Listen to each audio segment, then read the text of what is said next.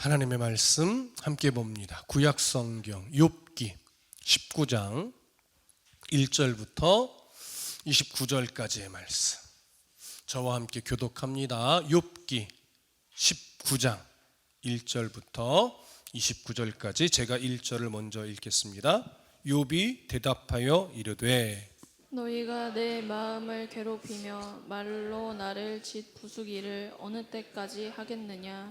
너희가 10번이나 나를 학대하고도 부끄러워 아니하는구나. 비록 내게 허물이 있다 할지라도 그 허물이 내게만 있느냐? 너희가 참으로 나를 향하여 자만하며 내게 수치스러운 행위가 있다고 증언하려면 하려니와.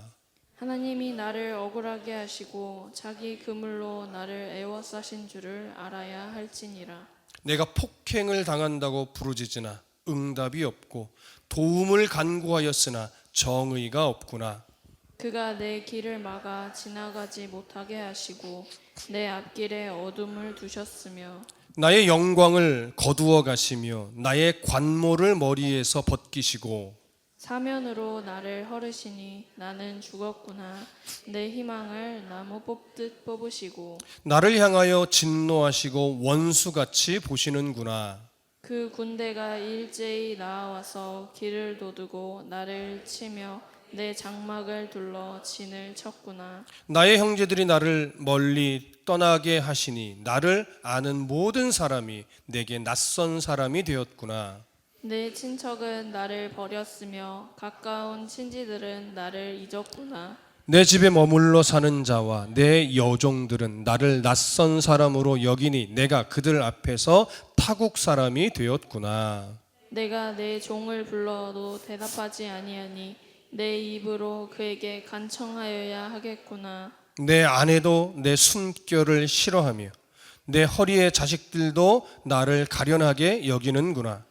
어린 아이들까지도 나를 업신여기고 내가 일어나면 나를 조롱하는구나. 나의 가까운 친구들이 나를 미워하며 내가 사랑하는 사람들이 돌이켜 나의 원수가 되었구나. 내 피부와 살이 뼈에 붙었고 남은 것은 겨우 잇몸뿐이로구나. 나의 친구야, 너희는 나를 불쌍히 여겨다오. 나를 불쌍히 여겨다오. 하나님의 손이 나를 치셨구나. 너희가 어찌하여 하나님처럼 나를 박해하느냐? 내 살로도 부족하냐? 나의 말이 곧 기록되었으면 책에 씌어졌으면 철필과 납으로 영원히 돌에 새겨졌으면 좋겠노라. 내가 알기에는 나의 대속자가 살아계시니 마침내 그가 땅 위에 서실 것이라. 내 가죽이 벗김을 당한 뒤에도 내가 육체 밖에서 하나님을 보리라. 내가 그를 보리니 내 눈으로 그를 보기를 낯선 사람처럼 하지 않을 것이라. 내 마음이 초조하구나. 너희가 만일 이르기를 우리가 그를 어떻게 칠까 하며 또 이르기를 이래 뿌리가 그에게 있다 할진대. 함께 읽습니다. 너희는 칼을 두려워할지니라. 분노는 칼의 형벌을 부르나니 너희가 심판장이 있는 줄을 알게 되리라. 아멘.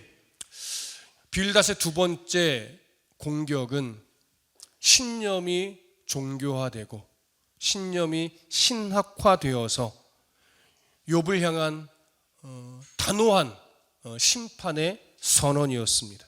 그래서 빌닷은 욥을 향해서 하나님의 심판으로 멸망에 처하게 될 욥의 이름은 이제 세상에서 완전히 지워질 것이라고 이야기를 했고, 그의 인생은 후손도 남지 않을 완전한 멸망에 처하게 될 것이라고 단언해 버렸습니다.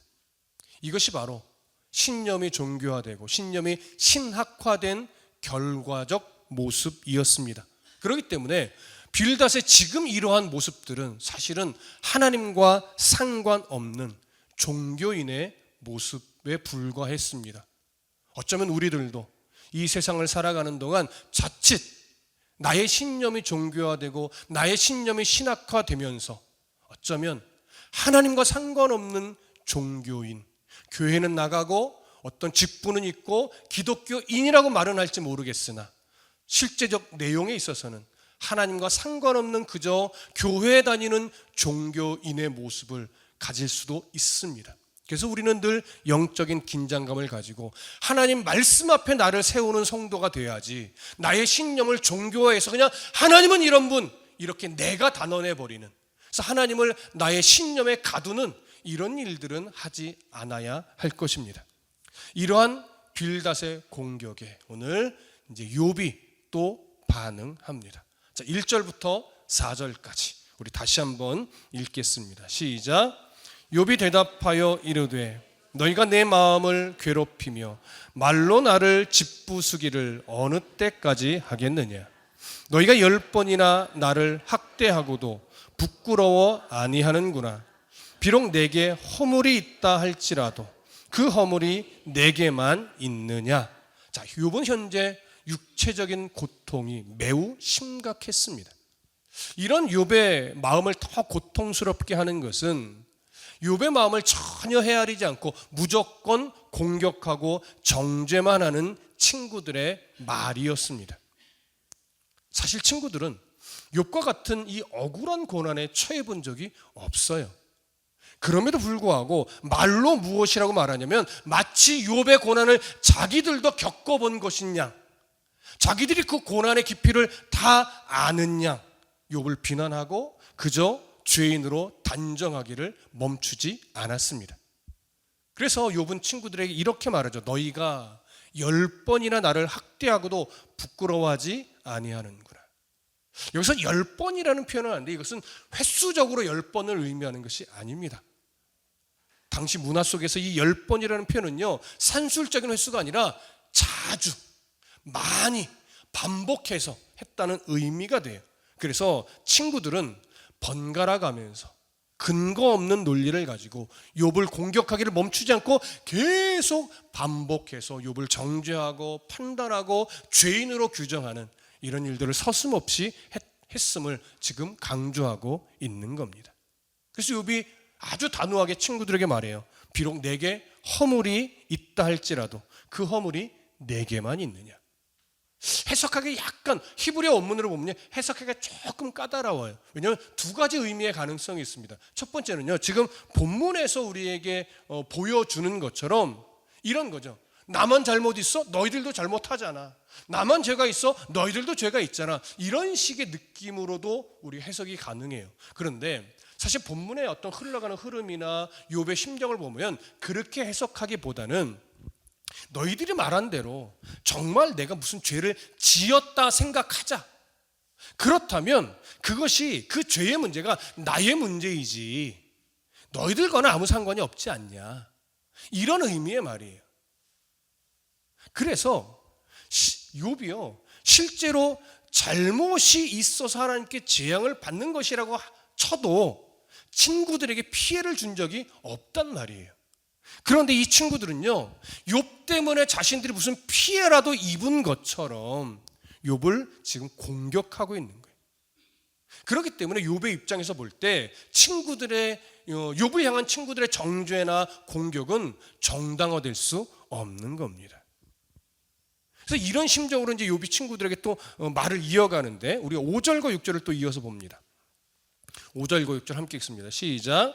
너희가 참으로 나를 향하여 자만하며 내게 수치스러운 행위가 있다고 증언하려면 하려니와 하나님이 나를 억울하게 하시고 자기 그물로 나를 애워싸신 줄을 알아야 할지니라. 자, 이 구절에서 욥은요, 욥을 향해서 욥을 향해서 죄인이라고 이제 무차별적으로 공격하는 이 친구들에게 이렇게 말하는 거예요. 자, 내게 수치스러운 행위가 있다고, 죄가 있다고 너희들이 계속 정죄해 왔는데, 자, 그렇다면 내가 도대체 무슨 수치스러운 행동을 했는지, 무슨 죄를 졌는지 너희들이 증거를 대려면 어디 마음껏 나의 잘못을 좀 지적해봐라. 이렇게 얘기를 하는 거예요. 욥은 알죠. 친구들이 욥에게 어떤 잘못이 있는지 말하지 못할 것을 알아요. 왜죠? 욥은 실제로 하나님 앞에 잘못한 적이 없어요. 지금까지 첫 번째 이 담화의 사이클, 지금 두 번째 담화의 사이클이 지금 진행되는 동안 친구들은 끊임없이 욥에게 죄가 있다고, 죄인이라고 단정하고 규정하면서 계속 공격해 왔거든요. 근데 어느 한 구절도 욥이 이런 잘못을 저질렀다라고 정확하게 지적한 구절이 한 번도 없어요. 앞으로도 없을 거예요. 그러니까 욥이 말하는 거예요. 너희들이 그렇게 나를 죄인으로 규정하고 공격했는데 어디 그러면 도대체 무슨 잘못을 했는지 지적해봐라. 마음대로 지적해봐라. 이렇게 얘기를 하는 거예요. 그러면서 5절 끄트머리에 보세요. 6절 보세요. 6절. 지금 너희들이 나를 죄인이라고 규정하는데 사실 내가 지금 겪고 있는 이 재앙들은 하나님이 내 죄와 상관없이 억울하게 하나님이 그물로 나를 덮어 씌우신 거야. 너희들이 그걸 알아야 돼. 이 얘기를 하는 거죠. 사실 이 내용은 특별한 내용이 아니에요. 지금까지 계속 욥이 친구들 앞에서 해왔던 내용입니다. 근데 이 6절에서 말하고 있는 하나님이 나를 억울하게 만드시기 위해서 하나님이 그물로 나를 덮어버렸어 라고 하는 이 표현이 옳은 표현은 아니죠. 왜냐하면 하나님이 지금 욥에게 그물을 던지신 것이 아니기 때문에. 하지만 욥은 지금의 상황이 너무 억울하니까 욥이 느끼기에는 그렇게 느낄 수밖에 없는 거예요. 앞으로 지금까지도 그랬지만 욥은 계속해서 절망과 희망의 사이를 계속 오고 갈 겁니다. 절망의 늪에 빠져서 탄식하고 토로하고 원망했다가 다시금 하나님 앞에 희망을 이야기했다가 희망을 이야기하는 중에 또 절망의 마음이 불쑥 올라와서 또 절망스러운 표현을 막 해댔다가 그러는 와중에 또 다시 하나님밖에 내 희망이 없음을 또 고백하기를 이 앞에서도 계속 반복했고 지금도 반복해 갈 거예요. 그런데 이 앞으로 뭐가 점차 달라지냐면 절망과 희망을 오고 가면서 점차적으로 욥에게는요, 하나님은 자기 자녀를 억울하게 만드시는 분이 아니구나. 이걸 조금씩 더 선명하게 인정하게 되고 확인하게 되는 이런 일들이 일어납니다. 오늘 본문에서도 욥의 또 변화된 모습이 이제 보여질 거예요. 그건 좀 이따가 나눌 겁니다. 하지만 지금 욥의 마음은 지금 또 뭐에 빠져 있어요? 절망에 빠져 있어요. 그래서 7절에서 뭐라고 말하는가 한번 볼까요? 7절 함께 읽습니다. 시작. 내가 폭행을 당한다고 부르짖으나 응답이 없고 도움을 간구하였으나 정의가 없구나. 자, 욥은 지금 자신이 겪고 있는 이 상황들, 재앙의 상황, 친구들이 공격하는 상황, 하나님의 어떤 응답도 주시지 않는 상황, 이런 상황들을 통틀어서 욥은 내가 지금 너무나 심각한 폭행을 당하고 있다고 말하고 있어요. 폭행을 당한다고. 그런 심정이라는 거예요. 욥은요, 자신의 억울함을 하나님께도 끊임없이 토로했어요. 그리고 친구들에게도 끊임없이 간절하게 말했어요. 내 말을 좀 들어달라. 그런데 하나님은 아무리 부르짖어도 전혀 응답이 없어요. 친구들은 욥의 마음을 전혀 헤아리지 않고 끊임없이 네가 죄 때문에 그런 거라고 정죄하며 판단하며 공격하고 있습니다. 그러니 하나님 앞에서도 욥은 정의를 느낄 수가 없어요. 친구들과의 대화 속에서도 욥은 그 어떤 정의도 전혀 느끼지 못하고 있습니다. 그러니 욥이 힘겨운 거죠. 나는 하나님 앞에서 늘 의롭게 살려고 몸부림쳐 왔는데 하나님과 대화를 하려고 해도 하나님 의의를 느낄 수 없고 친구들과의 대화 속에서도 정의와 공의를 전혀 느낄 수 없으니 욥은 힘든 거예요. 그래서 이제 욥이 또 다시금 하나님 앞에 토로합니다. 8절부터 12절 우리 함께 읽습니다. 8절부터 12절 시작. 그가 내 길을 막아 지나가지 못하게 하시고 내 앞길에 어두움을 두셨으며 나의 영광을 거두어 가시며 나의 관모를 머리에서 벗기시고 사면으로 나를 헐으시니 나는 죽었구나. 내 희망을 나무 뽑듯이 뽑으시고 나를 향하여 진노하시고 원수같이 보시는구나. 그 군대가 일제히 나와서 길을 도두고 나를 치며 내 장막을 둘러 진쳤구나. 자, 욥은 지금 이러한 답답한 상황에 대해서 하나님이 정의를 간구하고 있는 자신의 길을 하나님이 막으실 뿐만 아니라 그런 자신을 절망의 어둠 속으로 그냥 밀어넣고 있다라고 토로하는 거예요. 그게 지금 8절의 내용이에요. 그뿐만 아니라 욥은 정말 하나님 앞에서 하나님을 경외하고 죄에 빠지지 않게 정말 몸부림쳤거든요. 그러다 보니까 늘 하나님이 주시는 그 풍요로움과 영광스러움과 어떤 명예, 존경 이런 걸 누리며 살아왔어요. 근데 어느 날 갑자기 이제 하나님으로 인해 이제 사탄이 보낸 재앙을 겪어가면서 또 친구들의 판단과 정죄를 겪으면서 그는 모든 명예를, 모든 존경과 영광을 하나님이 다 그냥 거두어 가셨다고 이야기를 해요. 그게 지금 9절이에요. 그래서 욥은 지금 어떤 형편이라고 말하냐면 뿌리가 뽑힌 나무 같다라고 말하는 거예요. 여러분, 저번에도 얘기했지만 나무는 줄기가 잘려도 그 뿌리만 살아있고 물만 잘 주면 다시 생명력 있게 자라요. 그런데 아무리 가지가 있고 잎이 화려해도 뿌리가 뽑혀버리면 그 나무는 곧 어떻게 돼요? 그냥 죽어버려요. 희망이 아예 없어요. 뿌리만 살아있으면 희망이 생기는데 뿌리가 뽑혀버리면 그건 희망이 있을 수가 없게 되는 거죠. 그래서 욥이 말하는 거예요. 나는 지금 뿌리가 뽑혀버린 나무처럼 모든 희망이 무너진 채로 그저 죽게 되는 날만 내가 기다리는 그런 처지가 되어버렸다. 이렇게 토로해요. 이게 10절의 내용이에요. 그래서 욥이 이렇게 모든 희망이 사라져버린 것 같은 그런 자신의 절망스러운 상황을 정리하면서 이제 하나님이 그렇게 나와 친밀하시던 하나님이 정말 이제는 나를 원수같이 대하시며 진노하시는구나. 이렇게 모든 희망을 잃어버린 자처럼 절망스러운 말을 토로합니다. 사실 이것이 욥이 제일 힘든 그런 내용이죠. 이전에는 하나님과 대화하며 기도하며 친밀한 교제를 나눠주셨던 그렇게 따뜻한 하나님이셨는데 지금은 어느 순간 갑자기 태도를 바꾸셔서 원수처럼 대하시는데 12절에 보면요, 하나님이 군대를 자신에게 보냈대요. 그래서 자신의 장막을 둘러 진쳤대요. 이게 어떤 거냐면 전쟁으로 따지면 공성전을 벌이는 거예요. 성을 아예 둘러서 딱 군인들이 막아진을 치고요, 그 어떤 물자도 오고 가지 못하게 철저하게 막는 거예요. 그럼 그 성은 이내 수개월이 지나면서 어떻게 되죠? 그 안에 있는 사람들은 그냥 굶어 죽게 돼요.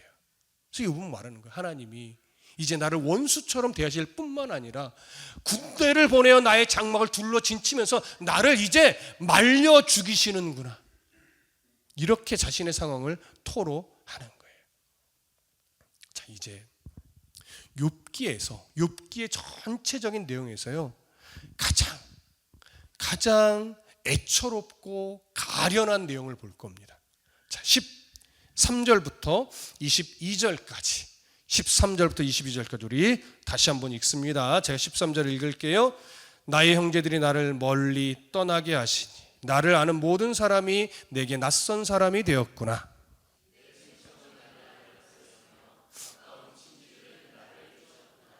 함께 계속 읽을게요. 내 집에 머물러 사는 자와 내 여종들은 나를 낯선 사람으로 여기니 내가 그들 앞에서 타국 사람이 되었구나. 내가 내 종을 불러도 대답하지 아니하니 내 입으로 그에게 간청하여야 하겠구나. 내 아내도 내 숨결을 싫어하며 내 허리의 자식들도 나를 가련하게 여기는구나. 어린 아이들까지도 나를 업신여기고 내가 일어나면 나를 조롱하는구나. 나의 가까운 친구들이 나를 미워하며 내가 사랑하는 사람들이 돌이켜 나의 원수가 되었구나. 내 피부와 살이 뼈에 붙었고 남은 것은 겨우 잇몸뿐이로구나. 나의 친구여, 너희는 나를 불쌍히 여겨다오. 나를 불쌍히 여겨다오. 하나님의 손이 나를 치셨구나. 너희가 어찌하여 하나님처럼 나를 박해하느냐. 내 살로도 부족하냐. 자, 지금 이 구절이 욥기 전체의 내용 중에 가장 애처롭고 가련한 내용을 담은 구절입니다. 욥은요 13절과 14절에서 무엇을 토로하냐면 욥의 형제들과 또 욥을 아는 모든 사람과 또 친척과 또 친지들 모두가 욥을 떠나버렸고 욥을 잊어버렸대요. 여러분 두 부류로 나눌 수 있어요. 그냥 형제나 친척, 이 친가에 해당하는 가족 관계에 해당하는 한 부류, 그 다음에 친구, 이렇게 한 부류를 나눠볼 수 있는데 고대에 이렇게 형제, 친척에 해당하는 관계와 친구에 해당하는 관계는요 굉장히 중요한 인생의 역할을 해요. 어떤 역할이냐? 일단 형제나 친척들은요 고대에서는요 이 고엘 사상과 관련된 대속의 일들을 해주는 사람들이에요. 대속의 일들을. 그리고 친구는 뭐냐면 내가 어떤 문제를 당해서 재판에 넘겨지게 되면 당시에는 변호사가 없던 시대였기 때문에 친구들이 변호의 일을 해줘요. 그래서 친구들이 있어야 나의 무죄를 법정에서 증명할 수가 있어요. 이 두 부류의 사람들은요 한 사람의 인생을 살아갈 때 너무나 중요한 역할을 해주는 사람들이에요. 자, 그런데 욥기에 보면 이렇게 욥이 어려운 재앙을 닥치면서 마치 하나님의 벌을 받는 것처럼 여겨지는 상황이 딱 도래하자 새 친구들 외에는 그 어떤 형제도 그 어떤 친척도 욥에게 찾아왔다라고 하는 내용이 전혀 없어요.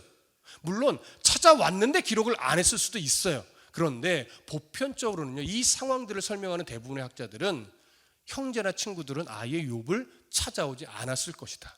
친구들도 찾아와서 7일 동안은 그냥 침묵하며 위로의 마음을 느끼게 했지만 그 다음부터는 계속 공격했죠. 정죄했죠.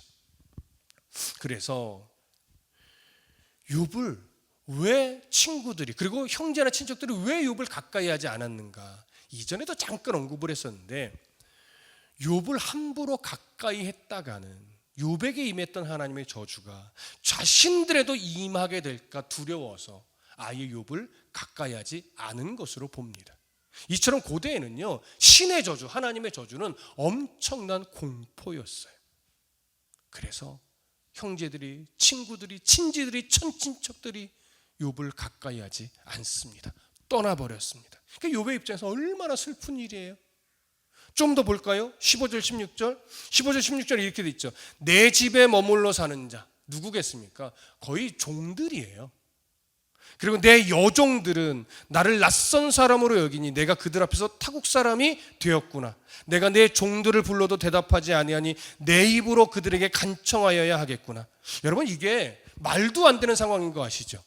당시에 종을 둔 주인에게 있어서요 어떤 권한이 있냐면 종들에 대한 생사 여탈권을 가지고 있어요. 그래서 주인이 종을 죽여도 법적으로 죄가 되지 않아요. 왜? 그 권한을 갖고 있으니까. 그래서 종들은 항상 주인이 부르기만 하면 바로 달라와서 무슨 분부가 있나 겸손히 귀를 열고 듣게 돼요. 근데 여기 보니까 종들을 불러도 아무도 대답하지 않는데요. 근데 심지어 여종까지도 이렇게 얘기를 하는 거예요. 그러니까 왜 여종을 강조하냐면 당시에는 종들 중에 남종보다 여종을 더 낮은 지위로 치부를 했어요. 그러니까 지금 이 말은 뭐냐면 남종들도 자신을 무시해서 불러도 대답도 안 하는데 여종까지도 욥을 지금 무시하고 있다. 지금 이런 뉘앙스로 말하는 거예요. 그러니까 지금 욥은 형제 친척들뿐만이 아니라 이 종들까지도 하나님의 저주를 받은 자로 업신여기며 무시하며 욥이 어떤 말을 해도 종들도 그냥 무시해버리는 이런 상황에 놓여 있는 거예요. 자, 그런데 이제 17절을 보세요. 정말 안타까운 내용 17절. 내 아내도 내 숨결을 싫어하며 내 허리의 자식들도 나를 가련하게 여기는 거라 이렇게 말해요. 여기 내 아내도 내 숨결을 어떻게 한대요? 싫어한대요. 얼핏 보면 욥의 아내가 이제 욥을 무시하고 미워하고 싫어하고 저주하는 이런 모습으로 여겨져요. 물론 그런 면이 있을 수도 있는데 우리가 앞에 2장에서 나눌 때 욥의 아내를 너무 욥을 버리고 떠난 사람으로 오해하지는 말아라 이렇게 말씀드렸어요. 왜냐하면 욥기 어디에도 욥의 아내가 욥을 버리고 떠났다는 기록이 없어요. 가끔 가끔 설교자들이 그렇게 욥의 아내를 완전히 비하해서 말하는 경우가 있는데, 마지막에 이제 욥이 이제 회복을 하면서 자녀들을 낳잖아요. 그 자녀들을 재혼해서 낳았다는 기록이 없어요. 또 그렇게 볼 만한 이유도 없어요. 그래서 본처를 통해 다시금 자녀들을 하나님 주셨다고 보는 것이 옳아요. 그러니까 물론 지금 욥의 아내가 이 상황을 통해서 욥의 아내도 힘들었을 것이고, 또 한편은 욥이 미웠을 수도 있지요. 하지만 그럼에도 욥의 아내는 끝까지 욥의 곁에 있었던 여인으로 보는 것이 더 옳습니다.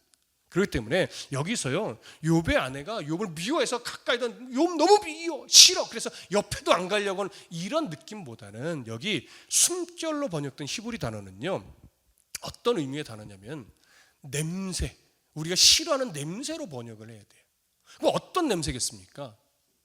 욥의 온몸이 피부병으로 피고름이 흘렀다가 말랐다가 터지고 또 흘렀다가 마르기를요, 한두 차례 반복한 것이 아니에요. 오랜 시간 온몸에서 그냥 얼굴까지도 피고름이 났다가 말랐다가 또 기와장으로 긁어서 또 피가 흘렀다가 또 말랐다가 이러기를 반복하면 그 온몸에서 어떤 냄새가 나요?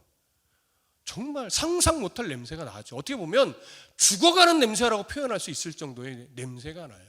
그런, 이건 어떤 의미로 봐야 되냐면, 아내마저도 가까이 오기 힘겨울 만큼 온몸에서 그렇게 정말 죽어가는 냄새, 욕창의 냄새, 그런 냄새가 날 만큼의 지경에 처해 있었다. 아내까지도 가까이 하기 힘든 그런 상황이었다. 이렇게 이해하는 것이 더 좋습니다. 근데 이런 비참함이요, 18절에 가보면 또 어떻게도 표현되어 있냐면, 어린 아이들까지도 나를 업신여기고 내가 일어나면 나를 조롱한다고 표현해요. 여기서 말하는 어린 아이는 동네 어린 아이도 돼요. 근데 또 어떤 의미도 담겨 있냐면 손주들로도 번역이 가능해요. 그러니 동네 아이들을, 아니면 또 손주들까지도 욥을 조롱하는 이런 상황까지 놓여진 겁니다. 욥이 지금 주변을 돌아보면 돌아볼수록 욥의 이 상황과 욥의 마음 상태가요, 어디 하나 누구 하나 의지하거나 자기의 마음을 토로하면서 그 욥의 말을, 이 심정을 들어주거나 할 사람이 하나도 없는 거예요. 얼마나 힘든 상황인지, 얼마나 가련하고 애처로운 지금 상태인지 우리가 여기서 알 수가 있어요. 그래서 욥이요, 자신의 현재 아주 외면적 상황을 이렇게 표현합니다. 20절에서 내 피부와 살이 뼈에 붙었고 남은 것은 겨우 잇몸뿐이로구나. 육체의 상태가 어느 정도인지 아시겠죠? 피고름으로 덕지덕지 된 것뿐만 아니라 온몸의 모든 살이란 살이 딱 빠져서 그냥 뼈만 앙상한데 잇몸만 두드러지게 보이는 이런 상황에 처해진 거예요. 얼마나 비참한 몰골인지 우리가 알 수 있죠. 이런 상황에서 이제 욥이 부르짖습니다. 친구들에게. 21절 보세요. 나의 친구야, 너희는 나를 불쌍히 여겨다오. 나를 불쌍히 여겨다오. 하나님의 손이 나를 치셨구나. 너희가 어찌하여 하나님처럼 나를 박해하느냐. 내 살로도 부족하냐. 이게 어떤 의미냐면, 야 친구들아, 내 몰골을 좀 봐라. 내 주변에 누가 남아있냐.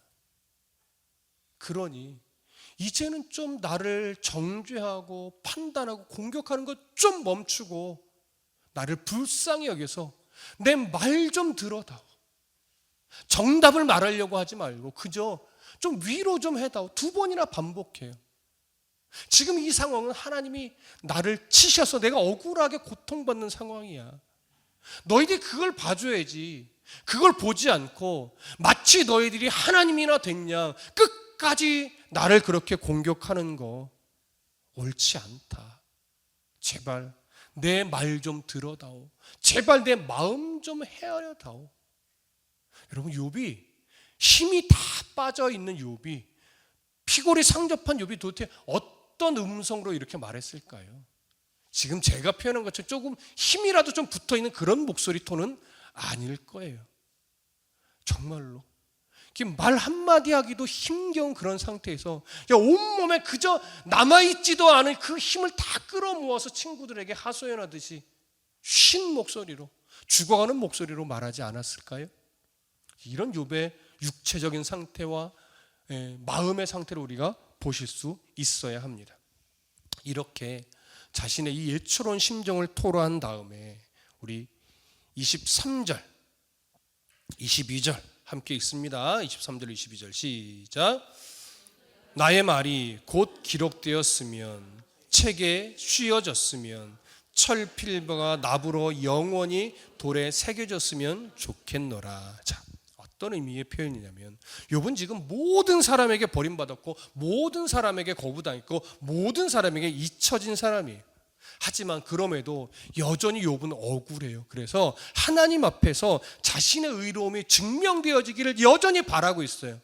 근데 어느 정도냐면 혹여나 나의 의로움이 증명되지 않고 죽게 되더라도 나의 의로움이 세상 속에서 좀 드러났으면, 증명되어졌으면 그걸 바라고 있는 거예요.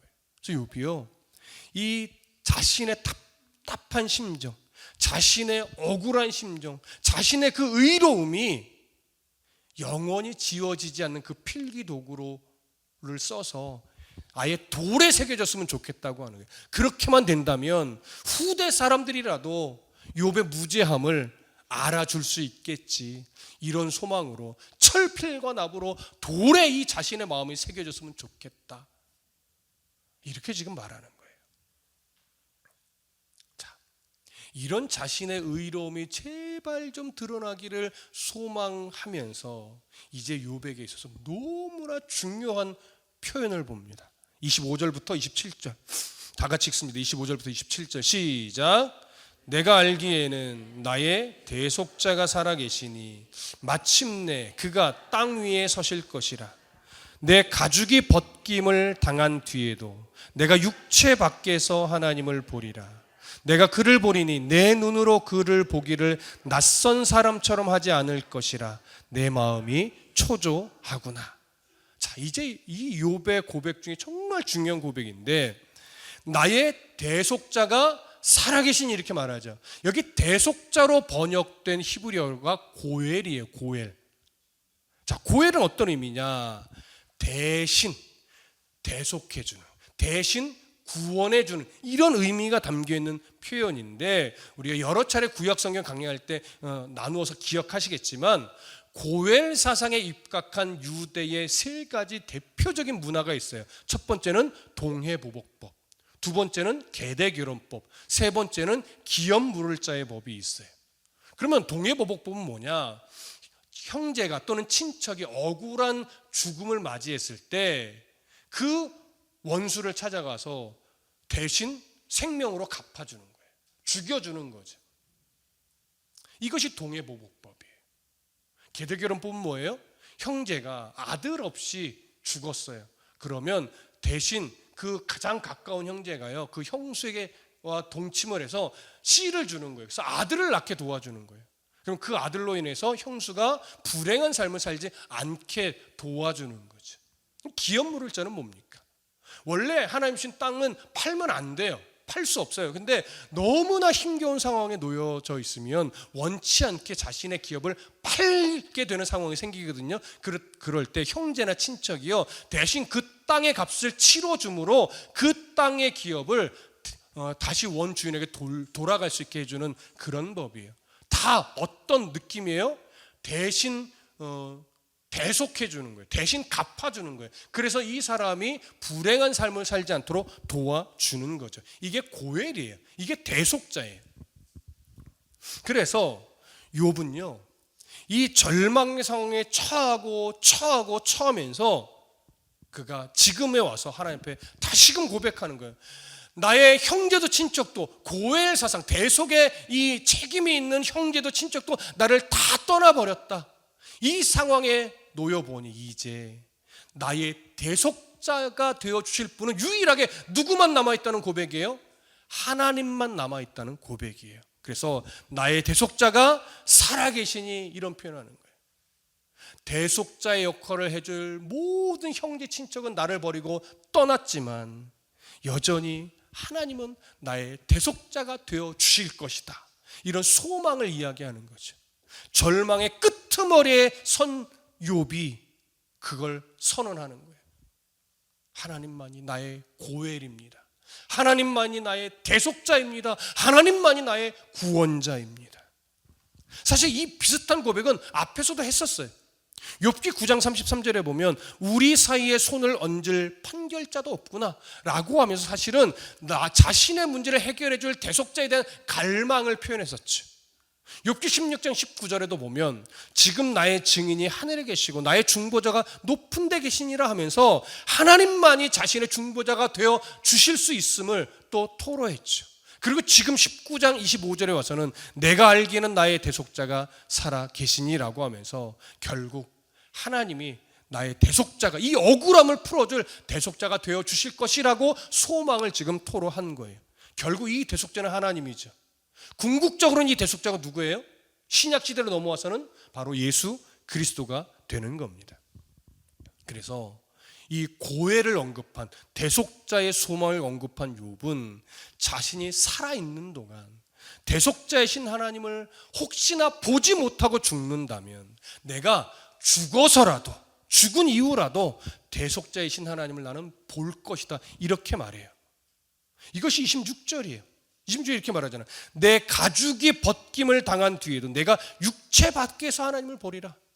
가능하면 내가 살아있는 동안 대속자이신 하나님을 만나기를 소망하지만 그렇지 못하고 내가 죽는다 할지라도 죽음 이후에라도 나는 대속자이신 하나님을 보기를 소망한다.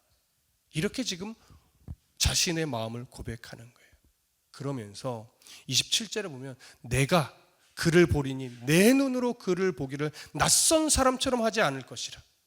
혹여나 죽어서라도 내 대속자 되신 하나님을 본다면 지금은 갑자기 낯설은 하나님이 되어버렸지만 그 대속자이신 하나님을 만날 때면 나는 이제 하나님을 낯선 하나님으로 대하지 않을 것입니다. 이렇게 말하는 거예요. 그래서 마지막에 뭐라고 말해요? 내 마음이 초조하구나. 번역이 약간 좀 아쉬워요. 초조하구나 하면 뭔가 불안감? 뭐 이런 느낌이잖아요. 근데 이 내 마음이 초조하구나로 번역된 히브리어는 그런 느낌이 아니라 정말 내 영혼이 그 대속자 되신 하나님을 만나 뵙기를 지독하게 나는 갈망한다. 정말 이 하나님을 나는 만나고 싶다. 이런 간절한 마음을 지금 표현하는 거예요. 지금 욥의 마음을 아시겠죠?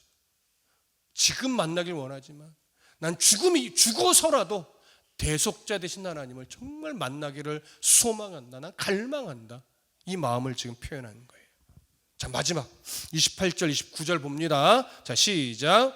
너희가 만일 이르기를 우리가 그를 어떻게 칠까 하며 또 이르기를 이레 뿌리가 그에게 있다 할진대 너희는 칼을 두려워할지니라. 분노는 칼의 형벌을 부르나니 너희가 심판장이 있는 줄을 알게 되리라.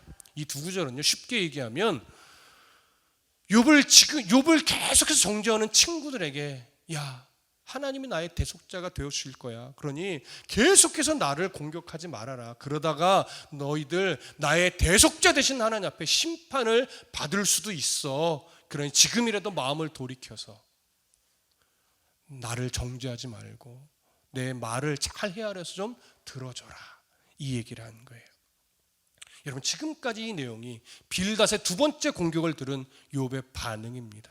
이 반응 안에서 우리가 한 가지 확인할 수 있는 것은 뭐냐면 욥이 그 절망과 희망 사이로 오고 가면서 지금 또 한 번 믿음이 성장했구나. 이걸 알 수 있어요. 무엇 때문에 알 수 있죠? 욥의 고백이요. 바로 대속자이신 하나님을 지금 이전에 두 번의 그 표현보다도 더 선명하게 대속자이신 하나님을 갈망하게 됐다는 사실이에요. 앞에서는 필요함을 언급하는 정도였어요. 있으면 좋겠다 이 정도였어요. 그런데 지금은 나의 대속자가 살아계신다라고 대속자에 대한 고엘 사상에 입각한 그 대속자에 대한 희망이 지금 더 선명해진 거예요. 그런데 여러분, 이 대속자의 소망을 언급한 욥기 19장 25절부터 26절의 내용은 놀랍게도요, 한 작곡가의 이 그러니까 찬양에 담겨져요. 유명한 작곡가 누굴까요? 핸델의 메시아. 핸델의 메시아의 제3부 첫 곡 소프라노가 부른 이 노래예요. 바로 이 욥기 욥기 19장 25절과 26절의 내용을 압축해서 인용했어요. 뭐라고 되어 있냐면 내 주는 살아계시며 다시 오시리라. 비록 육체는 죽어도 하나님을 보리라. 이러면서 욥의 이 고백을, 대속자를 갈망하는 이 고백을 핸델이 인용해서 자신의 메시아라고 하는 그 어마어마한 찬양 성가곡에 담았어요. 물론 핸델은 메시아로 오신 예수 그리스도의 부활을 염두에 두고 욥기 한 부분을 인용한 거예요. 하지만 욥은 메시아신 예수 그리스도까지는 생각하진 못했죠. 그럼에도 욥은 정말 절망의 그 끄트머리에 갔을 때, 절망의 심연 가장 밑바닥에 떨어졌을 때, 자신의 힘으로는 이제 아무것도 할 수 없다는 사실을 인정하면서 결국 내 삶을 회복할 수 있는 길은 하나님이 나의 대속자가 되어주시는 그 길밖에 없음을 이제 선명하게 바라보면서 고백하는 거예요. 이게 바로 욥이 하나님을 바라보는 시선이 조금 더 선명해진 모습으로 우리가 볼 수 있는 겁니다. 오늘을 살아가는 우리들의 삶도 별반 다르지 않습니다. 우리의 믿음이 언제 성장하게 되느냐? 정말로 내가 이 세상을 살아갈 때 하나님이 없으면 난 정말 아무것도 할 수 없는 존재구나, 이걸 인정하게 됐을 때 신앙이 자라요. 나는 정말 하나님 앞에서 하나님의 은혜가 없으면 한순간도 살아갈 수 없는 정말 연약한 자이구나, 이걸 인정하게 돼야 하나님의 힘으로 살아가는 법을 배울 수 있게 되거든요. 갈라디아서 2장 20절에도 보면 바울이 이렇게 교훈해요. 내가 그리스도와 함께 십자가에 못 박혔나니 그런즉 이제는 내가 사는 것이 아니요 오직 내 안에 그리스도께서 사시는 것이라. 이제 내가 육체 가운데 사는 것은 나를 사랑하사 나를 위하여 자기 자신을 버리신 하나님의 아들을 믿는 믿음 안에서 사는 것이라. 여러분, 이 고백이, 바울의 이 가르침이 그냥 나온 걸까요? 아니에요, 여러분. 바울도 절망의 밑바닥으로 떨어지기를 수차례 했었어요. 자족하는 법을 배웠다는 고백도 똑같아요. 내게 능력 주시는 자 안에서 내가 모든 것을 할 수 있다라고 하는 그 고백이 그냥 나온 것이 아닌 것처럼 지금 내가 내 안에 그리스도께서 사시는 것이라고 하는 이 고백도 그냥 나온 게 아니라고요. 죽음의 위기를 넘기고 감옥에 갇혀서 죽는 것이 더 편한 상황도 수차례 넘기고 죽음에 이를 만큼의 매를 맞은 경우도 수차례 있었고 도망치듯 이곳저곳을 다녔던 상황도 수차례 있었고, 이런 상황들을 거치면서 그도 인생의 밑바닥을 경험한다고요. 절망의 끄트머리의 상황을 경험한다고요. 그 속에서 변함없이 자기를 붙들어주고 지키고 보호하시며 이끌어가셔서 하나님의 뜻을 이루게 만드시는 그 하나님의 놀라운 능력을 경험하면서 비로소 이런 고백, 이제는 내가 사는 것이 아니요 내 안에 사시는 예수 그리스도께로 말미암아 사는 것이라는 고백을 하게 되는 거지. 여러분, 혹시 인생 중에 이렇게 절망의 끄트머리에 선 것 같은 상황에 놓인 분이 계십니까?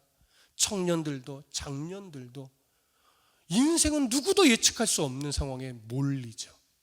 그 절망의 끄트머리에 서 계신 분이 있다면 감히 말씀드리지만 욥기에서 보여주듯이 바로 그때가 하나님의 은혜로 사는 법을 배울 수 있는 가장 좋은 기회임을 기억하십시오.